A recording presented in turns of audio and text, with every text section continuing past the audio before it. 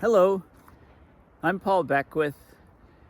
Just wanted to give everybody an update on some of the things I've been up to. And it's a winter wonderland here right now. I'm in Ottawa. It's Monday, March 7th. And, as we head into spring, we seem to be getting, we're in the shoulder season. We seem to be getting loads of snowfalls. I'm out shoveling just about every day, it seems. Quite a substantial amount of snow. My neighbor dislocated or needed shoulder surgery, had shoulder problems, so I was doing the shoveling up to then. That was in early December, and just decided that I would cover this season, and next season, it's his turn. So I lucked out at the beginning of the winter, with very little snow, not too much to do, but lately I've been making up for it.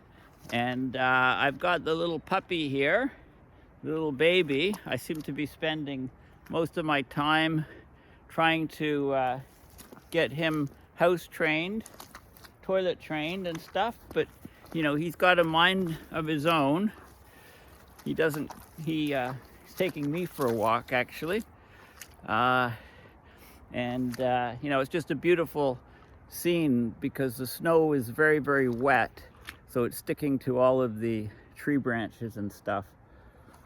So, as you probably are, I've been following the war, the terrible Russian invasion of the Ukraine, and following sort of the geopolitics and so on. I mean, this is a fossil fuel war, as you know. Russia gets, I think, 60% of its exports and income into the country are from the fossil fuel industry.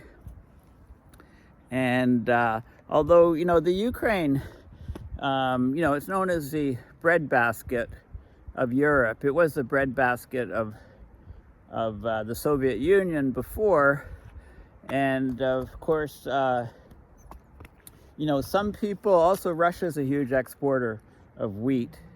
Between the two of them, if wheat supplies are really diminished, we could see shortages of grains, in the spring to early summer, and moving forward. And that could lead to very sharp price hikes and geopolitical unrest. And as you may recall that when there were the heat waves going on in Russia a few years ago, they stopped exporting wheat, and there were global spikes in food prices, and that precipitated the Arab Spring. So that's one thing.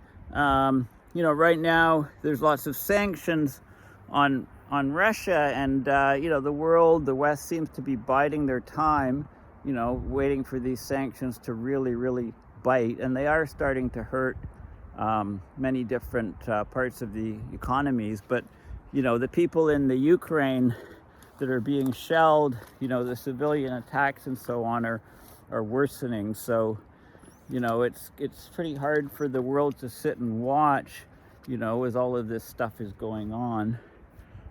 But Ukraine, it has inspired, many people in the world. I mean, the people, you see everyday people from all different walks of life taking up arms to defend their country. So, on the climate front, of course, the Working Group 2 just came out, adaptation. Okay, just a second. We got a little puppy issue here. Okay, just a second. Let me get your leash, okay? Okay, this guy, I don't know. He's in charge for sure. Okay, wait a second, okay? Yeah. Okay, you're all tangled. Okay, there we go. Here, say hi to the camera. Say hi to the camera, puppy. Oh, give me a kiss. Yeah, there we go. Look at you. You love the snow, don't you? Okay, so Anyway, if the phone jerks, you know why. Okay, so yeah, I'm going to, there's been a lot already said, a lot of very superficial things said about this report which came out recently. People are just reading the summary and commenting on that, or they're reading what other people's summaries are and commenting on that. I mean, the document, the Working Group 2 from the Intergovernmental Panel on Climate Change is 3,900 pages. Nobody's had a chance to read that. I mean, that's going to take, weeks to read, basically. But I'm getting through it, and, when I have taking notes, and when I have a better understanding of it, I'll do a series of videos on my findings from it. There was also a major sea level report that came out, a U.S. report, which is probably well worth discussing, and the world, what was it? The people that do risk analysis and weigh the risks to society, and of course climate change is up there all the time now, more and more and more. Those reports are also well worth discussing. What do you want, puppy? What do you want, eh? What do you want? Do you want to go home? Do you want to go home? What? Yeah, you're a good boy. You want treats. I know, that's what you want, don't you? You always have to bring a pocket full of treats when you go walking. This guy, puppies are, they learn the world by chewing, so it's like chewing everything. They discover things with their mouth. Okay, of course, this guy's name now is Newton. We've decided on Newton as in Sir Isaac Newton, Newton, maybe we could call him Newt for short. I'm thinking that Jaws might have been a better name, or maybe Fin, as in the fin of a shark. So anyway, you want to go home? Okay, let's go home. Come on, let's go home. What? Where do you want to go? I'm busy, I'm doing a video. So, I just finished reading The Black House, which was a Stephen King novel. I used to only read nonfiction, but now I usually have a fiction and a nonfiction on the go.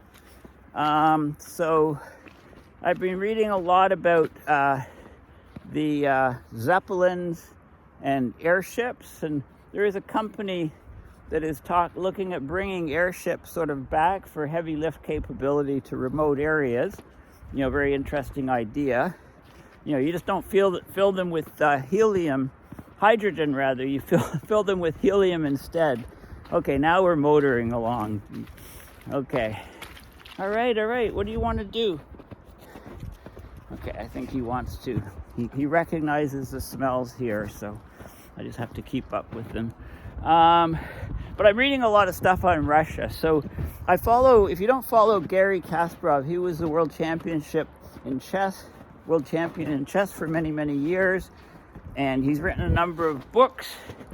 And one of the books that I've read of his is Deep Thought.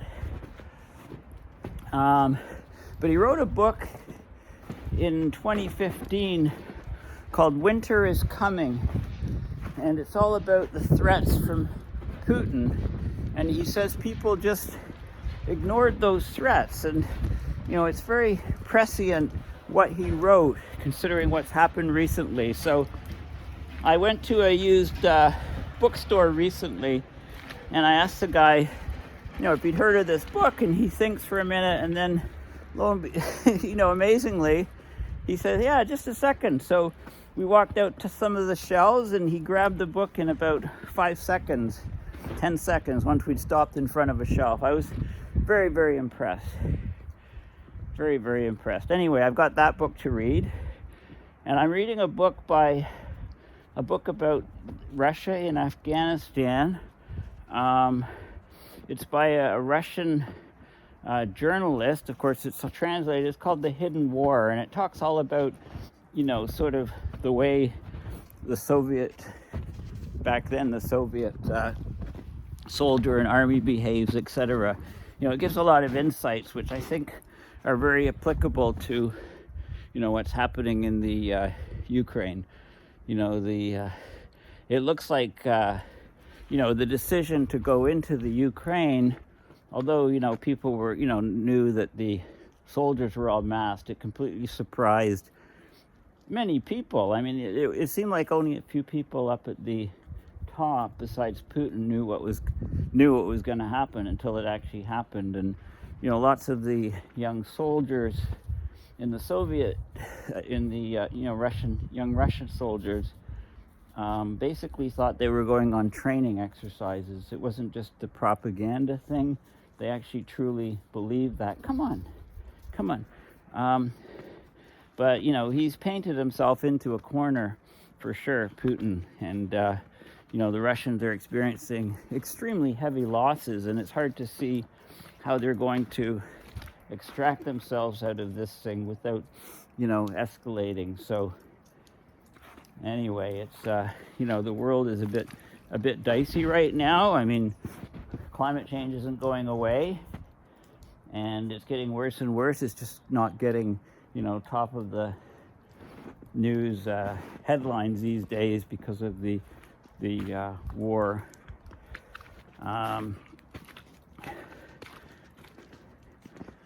If you're following what's going on in Antarctica, the sea ice has dropped off a cliff.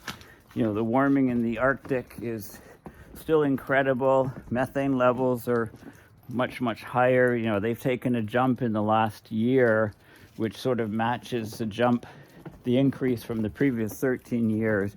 So there's all of this sort of stuff going on, and I'll be once I basically the puppies kind of dominating things for me, but I have to schedule times to get back to my climate videos. I haven't done too many of them lately, as you know, but anyway, so just thought I would give you sort of a heads up as to where I'm at. I hope everybody's doing well, and we'll chat soon. Okay, bye for now.